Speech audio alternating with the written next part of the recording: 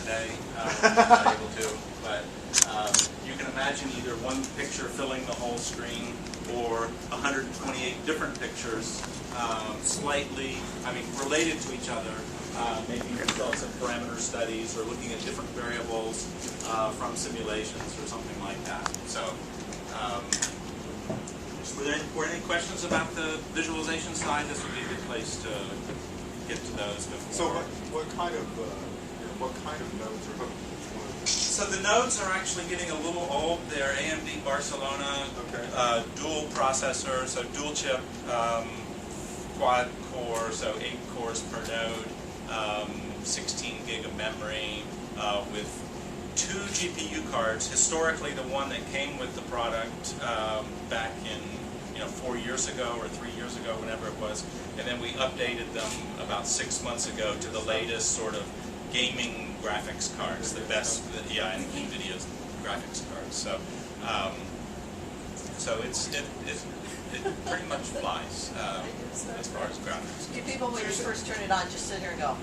Yeah, when you put a picture of the space shuttle up here with, with engineering data on it or something, even though you notice that there's these bezels in here, they just disappear. Your mind just takes care of that. So. Wow. It's still a stunning picture. How long does it take to fire up an image that is individual? If the image exists, it's just as fast as it would be on your computer screen. It's just that fast because there's 128 computers back there, one for each screen. And then the steering software. I do a command out here on the console, and it gets fanned out 128 ways, and all done in parallel, and all the results blasted in parallel to the wall. So if you had, like a 3D model on each screen, you could rotate them all, the same way or something like that. So that mouse command would get forwarded. So you could see the models of different things. Wow. Right. That's cool. And that's just your poor little screen over there. What does the Mac do? Are you the Apple people? For smaller groups, the presentation that built it in there might be done in here. I see. Okay. So they can have a screen for doing that. Is he a Mac? He's a Keynote, I hope. So this is really a Mac and Linux shop. There's very little Windows here. Let's So what they wanted to do. Oh, yeah. Right now on this floor we have Pleiades. Columbia used to occupy this floor. Columbia's right above. No, there's nothing above. The roof is above. Okay. So Columbia has, for the most part, gone away. Probably 64% of Columbia has been excess in government terms.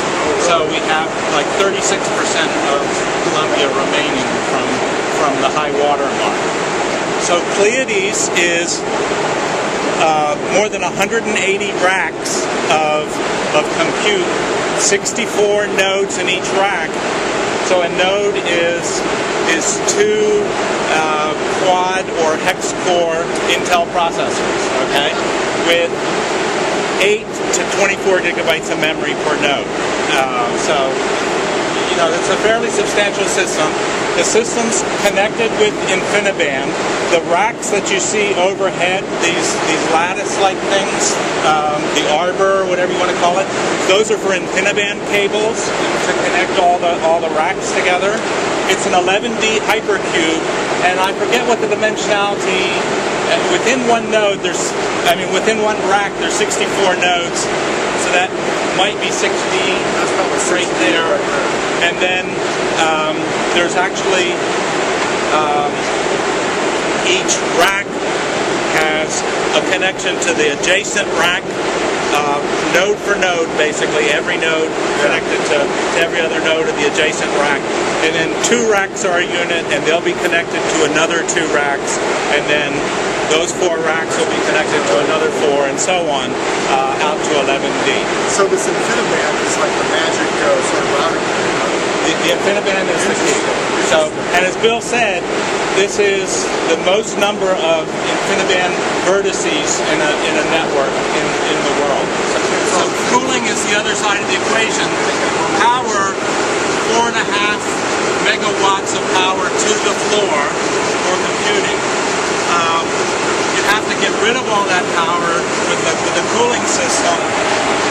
The STI product has cold water coming into the rack and radiators on the exit of the airflow. So what happens is air comes in, is drawn in, and exits the back of the machine.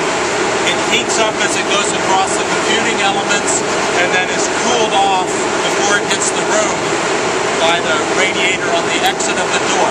By doing it that way, you don't have to worry about dew point.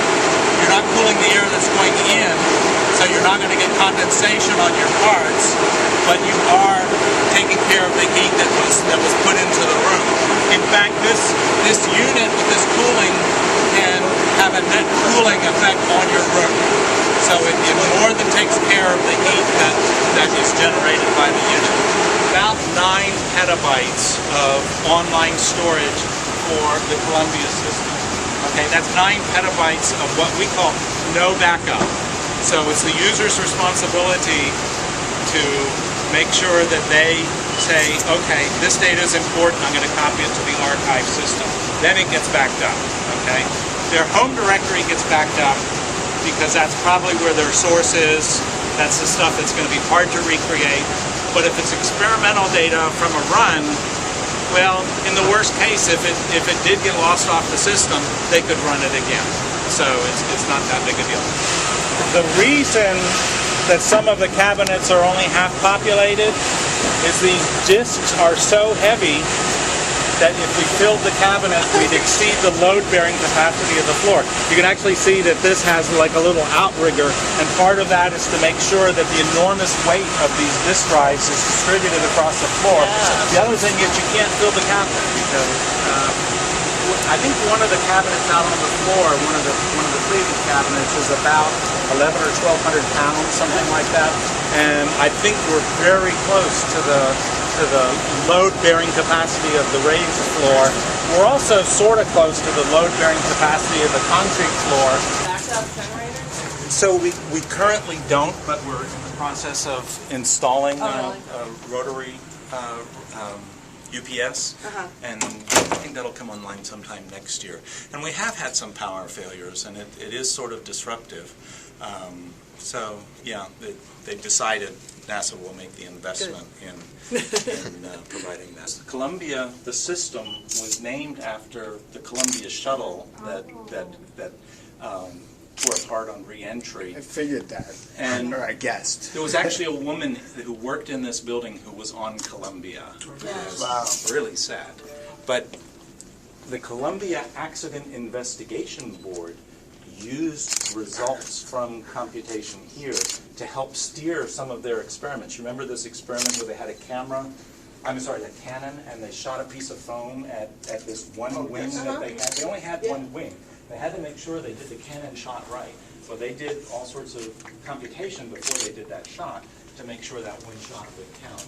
And so I think as part of that, they came to realize that computation was very important for manned space missions. And so that sort of helped solidify the funding for the Columbia computer.